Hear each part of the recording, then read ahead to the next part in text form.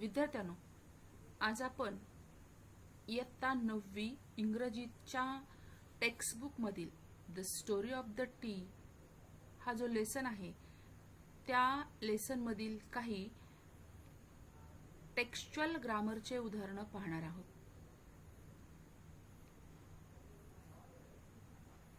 पहिल्या व्हिडिओमध्ये म्हणजेच पार्ट 1 मध्ये आपण काही वाक्य पाहिलेले आहेत. पार्ट 2 मध्ये आपण एकूण 15 ग्रामरचे वाक्य पाहणार आहोत.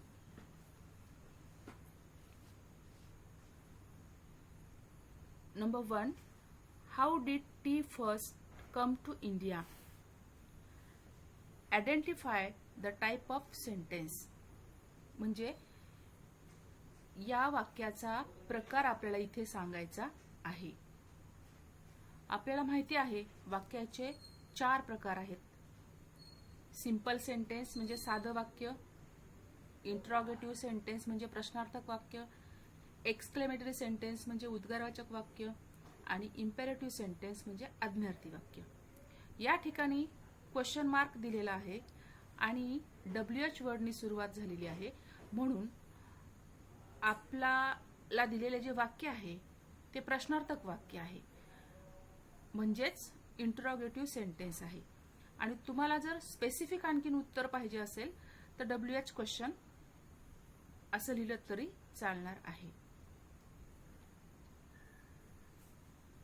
Second sentence, tea is a popular drink, add question tag. या वाक्यामध्ये आपल्याला क्वेश्चन टॅग ऍड करायचा आहे. दिलेल्या वाक्यामध्ये इज हे क्रियापद दिले. दिलेलं वाक्य अफर्मेटिव्ह असेल तर आपण क्वेश्चन टॅग निगेटिव्ह करतो, म्हणून आपण इजंट घेतलं आणि टी याच्या बदली प्रोनाउन इट घेऊन क्वेश्चन मार्क दिला. म्हणजे आपला क्वेश्चन टॅग कसा झाला? Tea is a popular drink, isn't it? Sentence number 3, botanist Robert Bruce discovered tea plants, use who. या वाक्यामध्ये आपल्याला हूचा वापर करायचा आहे. एखाद्या व्यक्तीसाठी आपण हू हे WH वर्ड वापरतो. आता आपल्याला द बॉटनिस्ट रॉबर्ट ब्रूस या दोघांच्या मध्येच हू वापरायला लागेल. मग सुरुवातीला आपण Robert Bruce who was botanist discovered tea plants असं वाक्य केलं. म्हणजेच आपल्या वाक्याचा अर्थ काय होतो की रॉबर्ट ब्रूस जो वनस्पती शास्त्रज्ञ आहे त्याने चहाच्या रोपट्यांचा शोध लावला.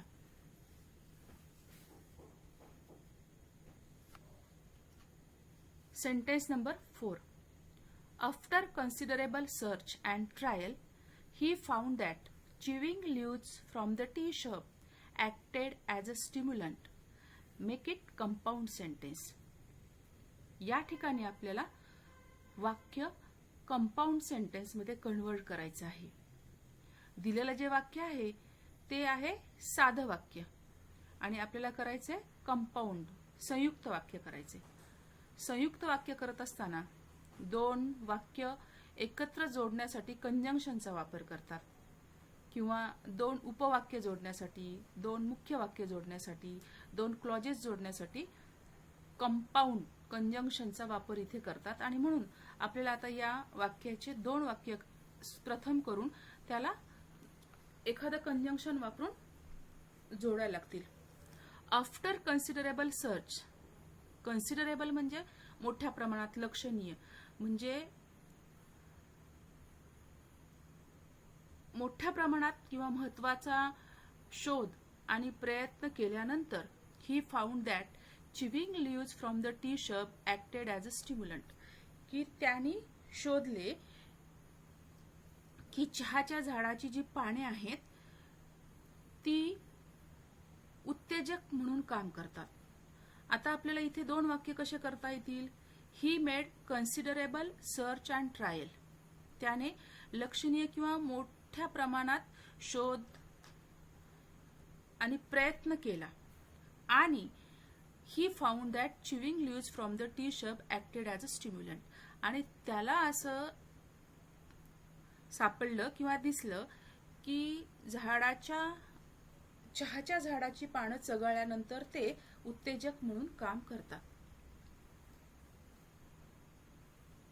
आता या ठिकाणी आपले दोन वाक्य, he made a considerable search and trial हे एक वाक्य आहे आणि he found that chewing leaves from the tea shrub acted as a stimulant हे एक वाक्य आणि ते आपण वाक्य जोडलं आहे अँडनी आणि अशा प्रकारे हे आपलं वाक्य कंपाऊंड झालेलं आहे.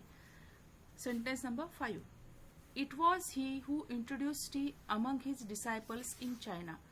Make it a simple sentence. आता या वाक्यामध्ये आपल्याला हू वापरलेले आणि त्याचं साधं वाक्य करायचे. मग आपल्याला काय करायला लागेल? साधं वाक्य म्हणजे सब्जेक्ट, वर्ब आणि ऑब्जेक्ट अशा रूपामध्ये वाक्य तयार करून घ्यायला लागेल, फॉर्मॅट तयार करायला लागेल. ही काढून टाकल्यानंतर आपल्याला वाक्य कसं होईल? He introduced tea among his disciples in China. आता याच्यामध्ये ही झालं सब्जेक्ट, इंट्रोड्यूस झालं वर्ब, टी झालं ऑब्जेक्ट आणि हे बाकीचे जे शब्द आहेत ते वाक्य पूर्ण करण्यासाठी वापरलेले शब्द आहेत. म्हणजे आपली वाक्याची रचना सिंपल सेंटेन्स मध्ये एस अधिक व्ही अधिक ओ अशी झालेली आहे. Sentence number 6. India has become one of the leading producers of tea in the world. Change the voice. आता इथे आपल्याला चेंज द पॉझिटिव्ह डिग्री. या ठिकाणी आपल्याला पॉझिटिव्ह डिग्री मध्ये वाक्य कन्व्हर्ट करायचं आहे. दिलेलं वाक्य काय आहे की वन ऑफ द म्हणजे काय? तर भारत हा जगातील चहा उत्पादकापैकी एक आघाडीचा देश बनलेला आहे आणि त्याचा आपल्याला काय करायचंय? पॉझिटिव्ह डिग्री मध्ये कन्व्हर्ट करायचे.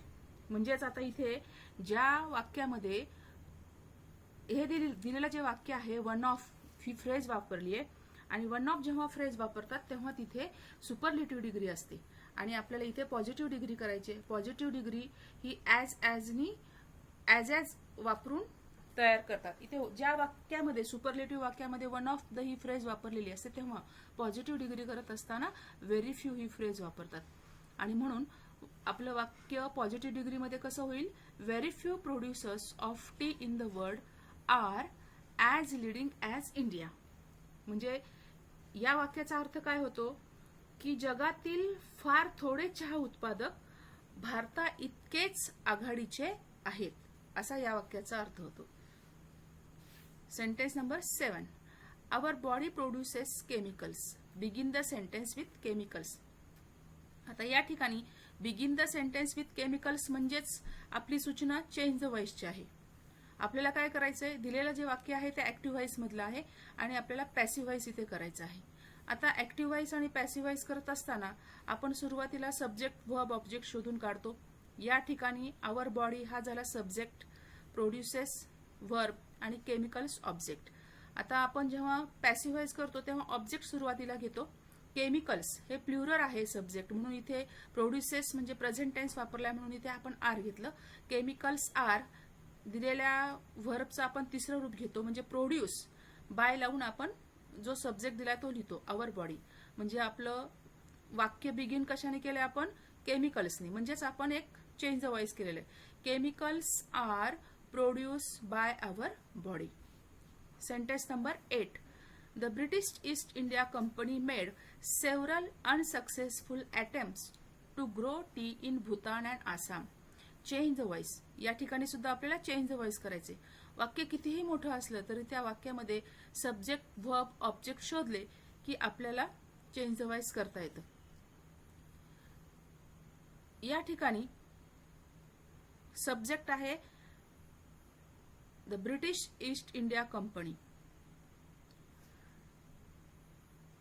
वर्ब आहे मेड आणि ऑब्जेक्ट हा आपला इथे several unsuccessful attempts to grow tea in Bhutan and Assam हा आहे. आपण आता ऑब्जेक्ट सुरुवातीला घेणार. Several unsuccessful attempts to grow tea in Bhutan and Assam. आता इथे अटेम्प्ट्स म्हणजे अनेक प्रयत्न आहेत आणि म्हणून आपण आपलं जे वाक्य आहे ते मेड म्हणजेच भूतकाळातलं आहे आणि म्हणून आपण इथे वेअर हे क्रियापद घेणार आहोत. Several unsuccessful attempts to grow tea in Bhutan and Assam were made हे तिसरंच क्रियापदाचं रूप आहे म्हणून जशाला तसं घेतलं. Made by the British East India Company. Sentence number 9. They can damage our body and our health. Change the model auxiliary showing possibility. आता या ठिकाणी कॅन हे मॉडेल ऑक्झिलरी आहे आणि कॅन ॲबिलिटी शो करतं. पण आपल्याला इथे सूचना काय दिली आहे की पॉसिबिलिटी शो करणारं मॉडेल ऑक्झिलरी तुम्ही वापरा. आणि मग पॉसिबिलिटी शो करणारे अनेक मॉडेल ऑक्झिलरी आहेत. मे आहे, कुड आहे, पण या ठिकाणी मे हे परफेक्ट आहे आणि त्यामुळे मी इथे कॅनच्या ठिकाणी मे वापरून वाक्य बनवलंय. They may damage our body and our health. Sentence number 10. These ceremonies give people the time to relax and enjoy the taste and the smell of the day. Use not only but also. आता हे जरी वाक्य आपल्याला खूप मोठं वाटत असलं तरी आपण वाक्यामध्ये दोन समान दर्जाचे वर्ब आहेत का, नाऊन आहेत का, ॲडव्हर्ब आहेत का, ॲडजेक्टिव्ह आहेत हे शोधून काढायचं आणि त्यानंतर अँडच्या ठिकाणी बट अल्सो वापरून सुरुवातीचं जे वर्ब असेल, ॲडजेक्टिव्ह असेल, नाऊन असेल त्याच्या आधी नॉट ओनली घ्यायचं आहे. आपण ही टॅक्ट वापरतो. आता हे वाक्य बघूया. These ceremonies give people the time to relax म्हणजे हा जो धार्मिक सोहळा आहे तो लोकांना विश्रांती घेण्यासाठी वेळ देतो. आता इथे वेळ देतो हे एक वर्ब आहे म्हणजेच पहिला जो वर्ब आहे ते गिव्ह आहे आणि त्यानंतरचं जे वर्ब आहे and enjoy the taste and the smell of the day आणि एन्जॉय हे दुसरं वर्ब आहे. या ठिकाणी स्मेल ऑफ द डे आहे पण ह्या जो दुसरा भाग आहे त्याला ते अँडने जोडलेला आहे. म्हणजे आपले गिव्ह आणि एन्जॉय हे दोन वर्ब आहेत आणि त्याच्या गिव्हच्या आधी आपल्याला नॉट ओनली वापरायला लागेल आणि अँडच्या ठिकाणी आपल्याला बट ऑल्सो वापरायला लागेल. मग आपलं वाक्य कसं होईल. These ceremonies not only give people the time to relax but also enjoy the taste and the smell of the tea. Sentence number 11. The Chinese believe that the rest of the cup must be filled with friendship and affection. Frame WH question to get the underlined part as a answer. या ठिकाणी आपल्याला underline केलेला जो भाग आहे तो आपल्या प्रश्नाचं उत्तर आलं पाहिजे असा प्रश्न बनवायचा. या दिलेल्या वाक्याचा अर्थ काय आहे. द चायनीज बिलीव्ह म्हणजे चायनीज विश्वास ठेवतात कशावरती. That the rest of the cup must be filled with friendship and affection. राहिलेला जो कप आहे तो मैत्रिणीने आणि प्रेमानेच भरला पाहिजे. आता आपल्याला असा प्रश्न बनवायचा की ज्याचं उत्तर राहिलेला कप मैत्री आणि प्रेमाने भरलेला असला पाहिजे हे उत्तर आलं पाहिजे. आता या ठिकाणी बघा बिलीव म्हणजे क्रियापदाचं पहिलं रूप दिलंय आणि याच्यावरनं जर आपल्याला वाक्यामध्ये दिलेलं वर्ब दिलेलं नसेल मेन वर्ब तर आपण जे मेन वर्ब म्हणजेच ऍक्शन वर्ब दिलेला आहे त्याचं कुठलं रूप दिलंय ते बघायचे. बिलीव हे क्रियापदाचं पहिलं रूप आहे म्हणून पहिलं रूप असेल तेव्हा आपण जेव्हा क्वेश्चन मध्ये वर्ब घ्यायचा विचार करतो तेव्हा डू घेतो. पहिले what do the Chinese believe म्हणजेच आपलं उत्तर काय येईल. The Chinese believe that the rest of the cup must be filled with friendship and affection. Number 12. Bruce discovered tea plants growing wild in the upper Brahmaputra valley. Frame WH question to get the underlined part as answer. आपलं प्रश्नाचं उत्तर आलं पाहिजे in the upper Brahmaputra valley आणि म्हणजे हे ठिकाण आहे म्हणून आपण वेअर घेतलं. त्यानंतर या ठिकाणी डिस्कवर्ड म्हणजे ईडी लावलेल्या पास्ट टेन्स आहे त्यामुळे आपण इथे काय घेणार डीड घेणार. Where did Bruce discovered ED काढलं कारण डीड घेतलंय. Tea plants growing wild. Sentence number 13. Scientists believe these help to protect our system against free radicals. Pick out finite and non-finite verb. आपल्याला दिलेल्या वाक्यातून फायनाइट वर्ब आणि non finite verb शोधून काढायचे. Finite verb म्हणजे जर आपण subject बदलला तर त्या ठिकाणी आपलं वर्ब सुद्धा बदलतं. पण नॉन फायनाइट वर्ब म्हणजे आपण सब्जेक्ट बदलला, वाक्याचा काळ जरी बदलला तरी नॉन फायनाइट वर्ब बदलत नाही. त्यामुळे फायनाइट वर्ब झाले इथे बिलीव्ह आणि हेल्प, आणि नॉन फायनाइट वर्ब झालं टू प्रोटेक्ट.